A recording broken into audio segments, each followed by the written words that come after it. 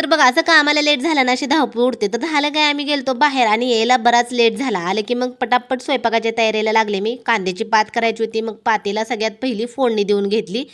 नंतर मग आता चपात्या करायच्या होत्या. तशा तर संध्याकाळच्या चपात्या आम्ही करत नाही, भाकरीच असतात. पण आता येताना आणली होती बासुंदी. आता बासुंदी म्हणल्यावर त्याच्याबरोबर चपाती चांगली लागते. त्यामुळे चपातीचं पीठ मळून घेतलं. सकाळी पण चपात्या केल्या त्यामुळे तवा पण घासायचा राहिला होता.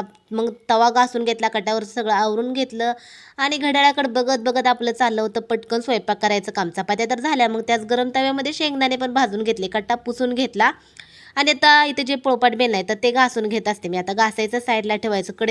कडे म्हणजे नाही, पाटी पण घासून ठेवते. आता उद्या सकाळी पण संचितचा टिफिन करायचा असतो. त्यामुळे मग हे जे उद्या सकाळी लागतं ना तर ते सगळं घासून ठेवत असते आणि बाकीची भांडी बाई येऊन घासतच असते.